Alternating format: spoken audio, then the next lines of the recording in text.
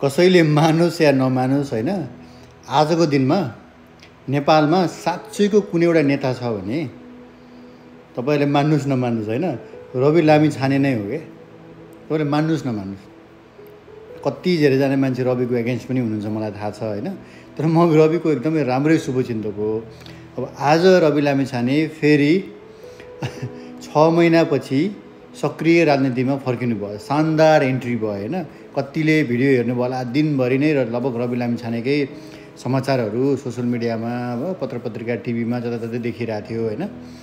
अनि उहाँको त्यो इन्ट्री यस्तो शानदार भयो, उहाँको जस्तो पार्टी कार्यालयमा जसरी उहाँ आउनुभयो, जसरी आफूलाई प्रस्तुत गर्नुभयो, उहाँमा कुनै विचलन अलिकता पनि डिमोटिभेटेड भएको जस्तो कहीँ कतै झन् बढी बलियो, झन् बढी बुलन्द होइन आवाज लिएर आउनुभयो होइन। जसरी उहाँले आज त्यहाँ सम्बोधन गर्नुभयो, सानो मास थियो पार्टी कार्यालयभित्र, त्यो सुन्दै गर्दाखेरि he is a real leader भन्ने चाहिँ मलाई आज फेरि महसुस भयो कि।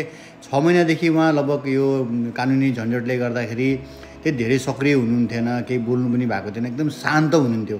आई थिङ्क उहाँ चाहिँ राइट टाइममा कमब्याक भयो जस्तो लागेको छ कि। अहिले ठ्याक्कै यही बेलामा अब यो अस्ति भर्खर राजावादीहरूको आन्दोलनले गर्दाखेरि यो ठुलो एउटा चाहिँ नि माहौल एउटा चाहिँ बनिरहेछ, सरकारलाई खालको प्रेसर पनि छ होइन। अनि यही बेलामा चाहिँ रवि लामिछानेको रिइन्ट्रीले पनि यो सरकारलाई अझै बढी प्रेसर गर्ने हो। आज जे उहाँले सरकारको विरुद्धमा उहाँ बोल्नुभयो, अब यो तिनकुनेको अस्ति आन्दोलनलाई लिएर पनि उहाँले गृह मन्त्रालयको कमी कमजोरीको विषयमा उहाँ आफै दुई पटक गृहमन्त्री भएको मान्छे होइन, सबै कुराहरू उहाँ भन्नुभयो। अब त्यो कुराले मलाई लाग्छ अहिले ओली सरकारलाई थप प्रेसर भयो जस्तो लाग्छ कि रविको कमब्याकले गर्दाखेरि।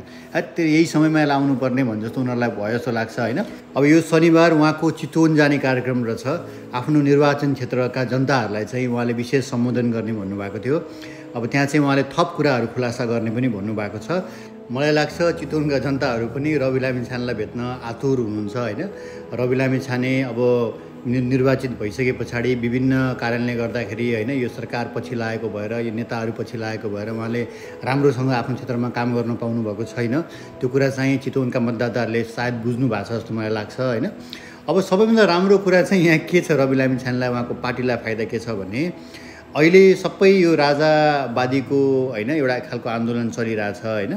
अब यो बेलामा चाहिँ सबै अब राजावादी भर्सेस यो काङ्ग्रेस एमाले जस्तो भएको छ कि होइन। रवि लामिछानेहरूलाई के छ भने उहाँहरूको एउटा आफ्नै मतदाताहरू उहाँलाई फलो गर्ने हामी जस्तो होइन फलोवर्सहरू पनि टन्नै हुनुहुन्छ होइन। प्लस राजाको कित्तमा भएका मान्छेहरू पनि रवि लामिछानेको पक्षमा छन् जस्तो लाग्छ कि मलाई। अब के छ भने रविहरूले यही व्यवस्थालाई मानेको भए पनि लडाइँ त रविको यही व्यवस्थाका यही नाइकेहरूसँग हो नि त होइन। रविको लडाइँ राजासँग लडाइँ होइन। त्यही भएर रवि रासपा पार्टीको चाहिँ सम्भावना एकदम बलियो छ होइन। अझै उनीहरू बलियो हुँदै गइरहेछन् भन्ने जस्तो मलाई लाग्छ, किनकि यता यो ठुला दल भन्नेहरूप्रति वितृष्णा मान्छेको अझै बढ्दै गइरहेछ नि त। त्यो भएर रवि रासपा पार्टीले चाहिँ अबको 84लाई अलिकता 84मा हुने चुनावलाई चाहिँ धेरै फोकस गरेर सङ्गठन गाउँ गाउँमा विस्तार गर्ने होइन।